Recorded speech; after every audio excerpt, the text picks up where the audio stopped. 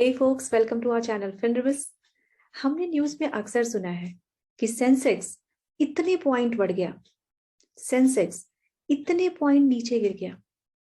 फिर हम सोचते हैं ये सेंसेक्स होता क्या है, और अगर सेंसेक्स जैसी चीज इस दुनिया में है तो ये बढ़ती या घटती क्यों रहती है, और इसका बढ़ना और घटना डिसाइड कैसे होता है। अगर आप भी जूझ रहे हैं इन सारे क्वेश्चंस के साथ तो यकीन मानिए यह एपिसोड आपके लिए है।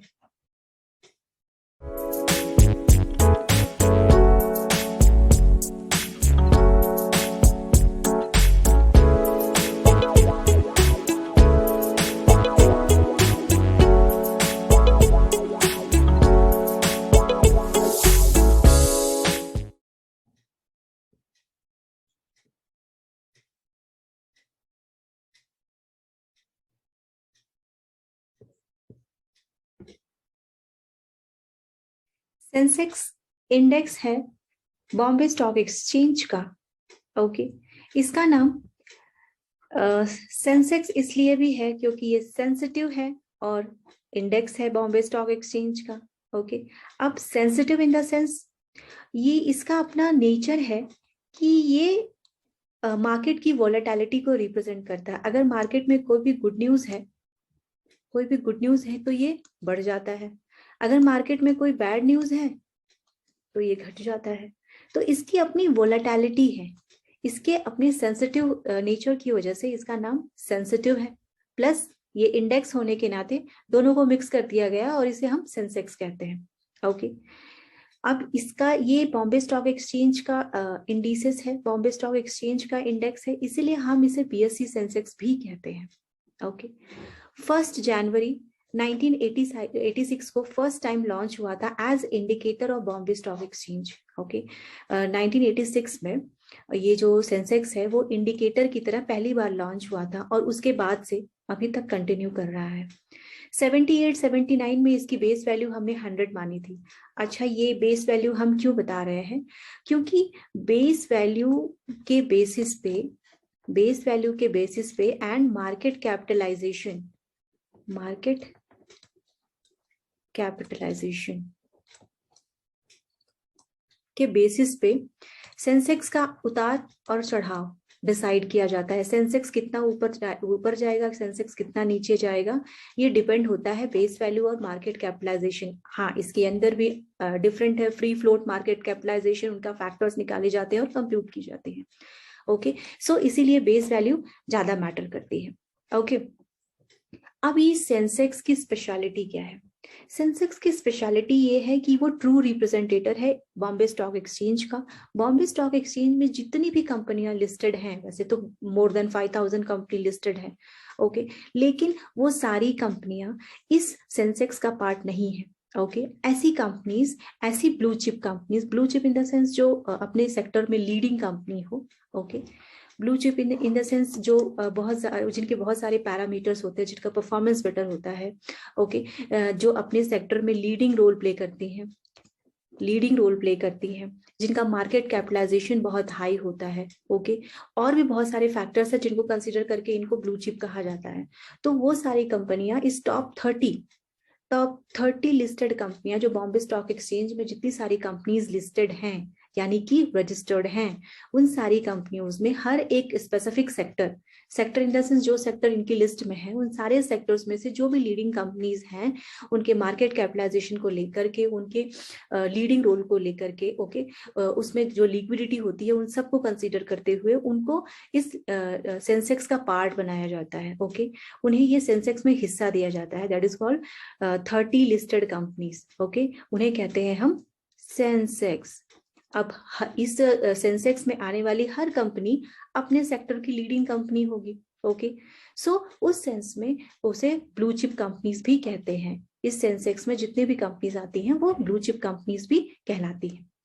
अब इस सेंसेक्स में आने का क्राइटेरिया क्या है, क्या क्या है ऐसे क्राइटेरिया जिसको फॉलो करके कंपनीज आ सकती है इस सेंसेक्स की लिस्ट में।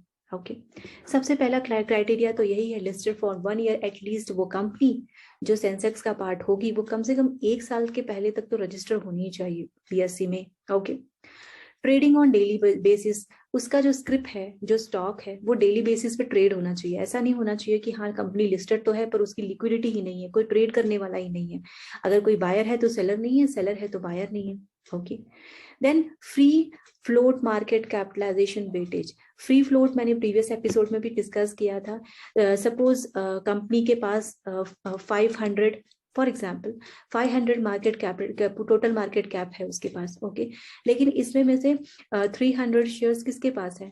प्रमोटर्स के पास है, प्रमोटर के पास है, या गवर्नमेंट के पास है, या फिर ट्रस्ट के पास है, या एफडीआई क्या है, जो भी है। लेकिन ट्रेड कितने शेयर्स में पॉसिबल है जो फ्रीली अवेलेबल है पब्लिक के लिए? 500 माइनस 300 इज इक्वल्स टू 200। तो ये 200 जो है वो फ्री फ्लोट कैपिटल होगा, फ्री फ्लोट कैपिटल। ओके, सो इस तरह इस बेसिस पे क्या कंप्यूट करके वो क्राइटेरिया बनता है सेंसेक्स में अपनी जगह पाने का कंपनीज के लिए। ओके, इस तरह से अच्छा, ऐसे ही नहीं सिलेक्शन हो जाता है उस पर्टिकुलर कंपनी का किसी भी इंडेक्स में। एक कमिटी होती है, कमिटी में अलग अलग डील करने वाले, अलग अलग रोल प्ले करने वाले, बैंक से भी कुछ लोग होते हैं, गवर्नमेंट से होते हैं। ओके, अलग अलग डिपार्टमेंट के लोग आते हैं, कमिटी होती है जिसमें डिसाइड होता है, बहुत सारे पैरामीटर्स होते हैं, उस हिसाब से डिसाइड होता है कि ये कंपनी सेंसेक्स में जाने लायक है या नहीं है। ओके, ये सब सेबी के सुपरविजन में होता है, सेबी को भूलने की जरूरत नहीं है। Okay, next one is computation, computation of Sensex. एक तो मार्केट कैपिटलाइजेशन को समझने की जरूरत होती है, दूसरा free float market capitalization. Market capitalization in the sense, जैसे प्रीवियस एपिसोड में भी कहा गया था, number of shares into CMP, यानी कि current market price. Current market price बढ़ती भी रहती है, घटती रहती है। अच्छा, करंट मार्केट प्राइस घटती बढ़ती क्यों रहती है? Because of market forces, because of demand, because of supply. ये जो इंटरसेक्शन है वो क्या होता है? ये हमारी होती है प्राइस। डिमांड और सप्लाई के इंटरसेक्शन ही प्राइस को गवर्न करता है। ओके, तो इसलिए प्राइस हमारी बढ़ती रहती है और घटती रहती है। तो इसकी वजह से इसमें मार्केट कैपिटलाइजेशन में उतार और चढ़ाव में देखने को मिलते हैं। ओके, सो मार्केट कैपिटलाइजेशन क्या है? Number of shares into CMP। उसी तरह free float market capitalization in the sense, इस मार्केट कैपिटलाइजेशन में से अगर कोई शेयर्स, जैसे अभी हमने कुछ देर पहले डिस्कस किया था कि प्रमोटर्स के पास है, या फिर गवर्नमेंट के पास है, या फिर कोई ऐसा इंस्टीट्यूशन है जिसके पास है जो कि फ्रीली ट्रेड करने के लिए अवेलेबल नहीं है, तो उस शेयर को छोड़ करके बाकी जो रेस्ट ऑफ शेयर्स हैं जो पब्लिक के लिए फ्रीली ट्रेड करने के लिए अवेलेबल है, उन्हें फ्री फ्लोट मार्केट कैपिटलाइजेशन कहते हैं। कंप्यूटेशन के पर्पज से देखा जाए तो इनका फैक्टर्स निकलते हैं। ओके, जैसे फॉर एग्जांपल एक ABC नाम की कंपनी है। ओके, उनका जो है 500 फॉर एग्जांपल टोटल शेयर है, उस 500 में से 300 प्रमोटर के पास है। अभी हमने डिस्कस किया था, ये जस्ट रिवीजन हो रहा है ताकि अच्छे से समझ में आ जाए।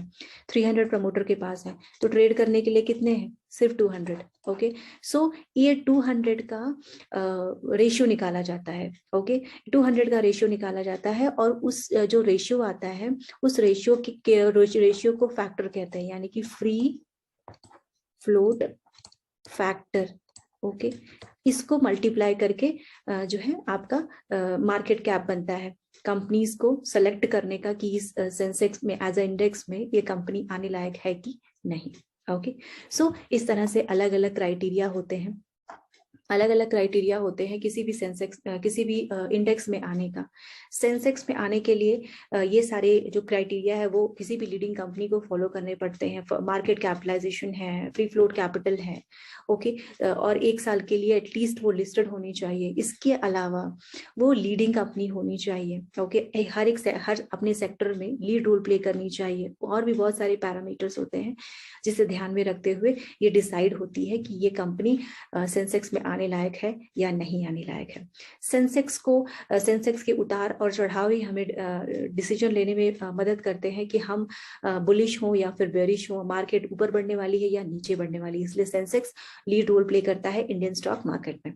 ओके, सो आज के लिए इतना ही। मिलते हैं नेक्स्ट एपिसोड में ऐसे ही किसी इंटरेस्टिंग टॉपिक के साथ। तब तक आप फिनरबिस को लाइक, शेयर एंड सब्सक्राइब करते रहें।